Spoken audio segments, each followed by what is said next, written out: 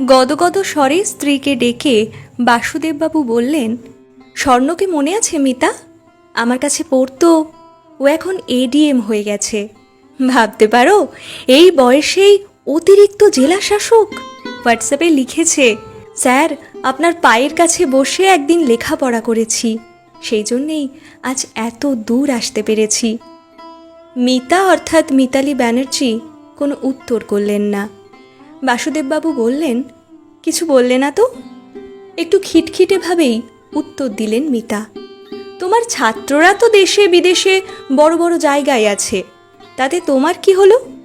তোমার জীবনযাত্রায় পরিবর্তন কিছু এলো কি?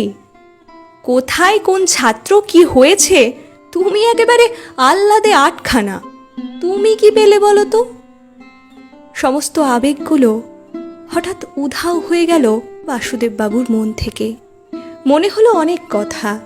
প্রায় ৩৬ বছর আগে বিএসসি পাশ করেই চাকরি পেয়ে গিয়েছিলেন ভবতারিণী উচ্চ বিদ্যালয়ে। চাকরি করতে করতেই বিএড করেছিলেন, কিন্তু এমএসসি পাশ করা আর হয়ে ওঠেনি। যদিও অঙ্কের শিক্ষক হিসেবে তার বিপুল প্রসার, বিস্তর নামডাক। ক্লাস 5 থেকে একেবারে 12 পর্যন্ত ক্লাস নিতে হয় তাকে। যদিও সরকারি নিয়ম অনুসারে 11-12-এ ক্লাস নিতে হলে মাস্টার্স ডিগ্রি প্রয়োজন। যাজ্ঞে সে কথা। হাতে ধরে অঙ্ক শিখিয়েছেন বহু ছাত্রকে, তারা নানান জায়গায় সুপ্রতিষ্ঠিত। কিন্তু তিনি আজও সেই গ্র্যাজুয়েট স্কেলেই রয়ে গেলেন। সত্যিই তো, কি পেলেন তিনি?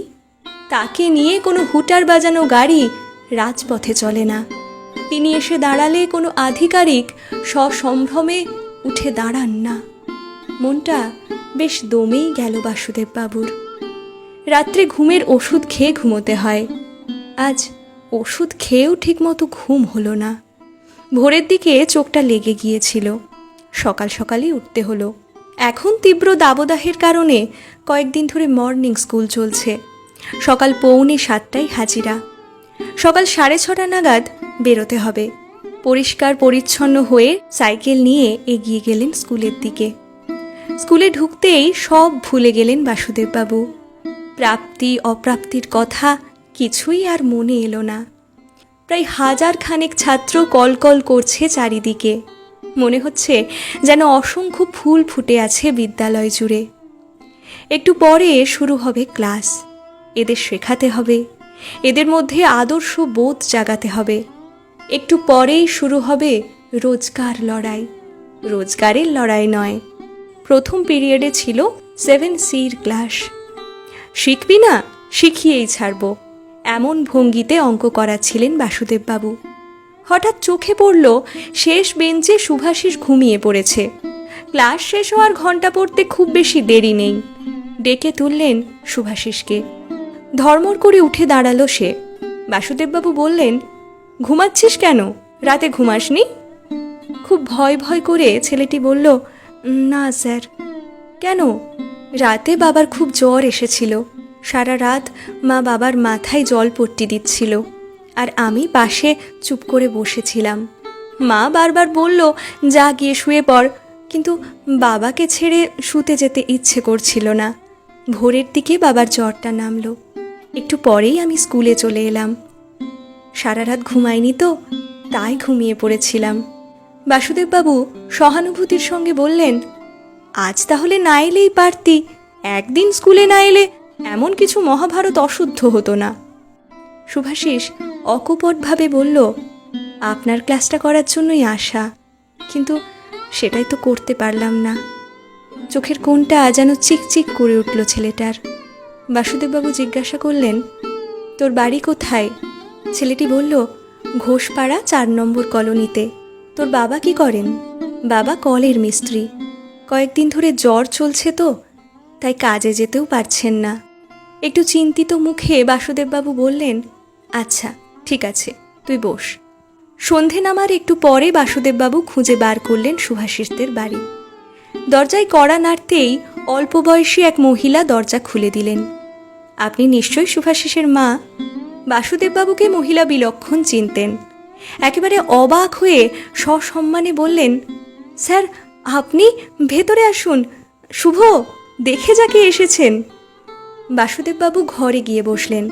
ঘর জুড়ে অভাবের চিহ্ন, তবে তার মধ্যেও রুচির ছাপ রয়েছে স্পষ্ট। শুভাশিস কাছে এসে দাঁড়াতেই বাসুদেববাবু বললেন, তোর বাবা কেমন আছেন? শুভাশিস বলল, আজকে আর জ্বর আসেনি, তবে শরীর খুব দুর্বল। ঠিক আছে, আমি যাবার সময় বাবাকে দেখে যাব। তুই এখন এক কাজ কর, আজকে তো আমার ক্লাসটা করতে পারিসনি, খাতা পেন নিয়ে আয়, অঙ্কের বইটাও আনিস। আজ ক্লাসে যা করিয়েছি তোকে শিখিয়ে দিচ্ছি। 40 মিনিটের ক্লাসে যা শিখিয়েছিলেন তা শেখাতে শেখাতে 1.5 ঘন্টা পেরিয়ে গেল। ছেলেটার আগ্রহ দেখে বাসুদেববাবু একেবারে অবাক।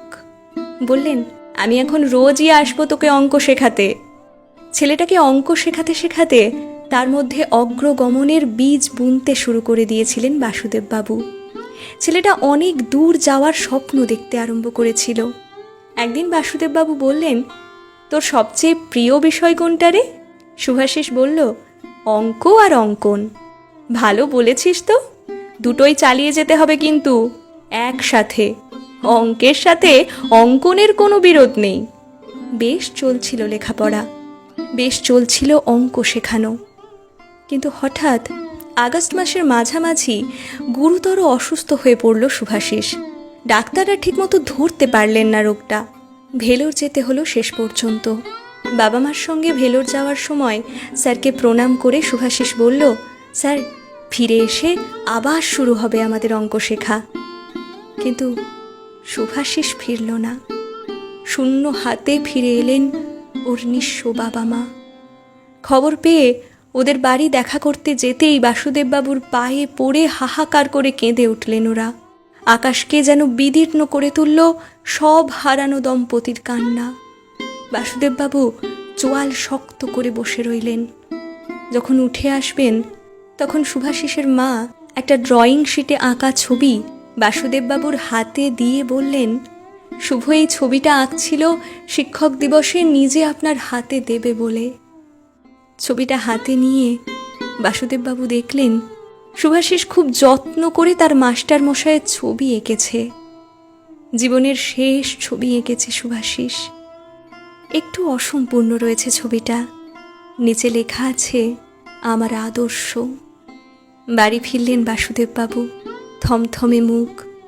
গিন্নি এসে বললেন, কি হলো, এরকম মুখ করে আছো কেন? ছবিটা এবার ঘরের টেবিলে নামিয়ে রেখে চিৎকার করে কেঁদে উঠলেন 59 বছরের বাসুদেববাবু।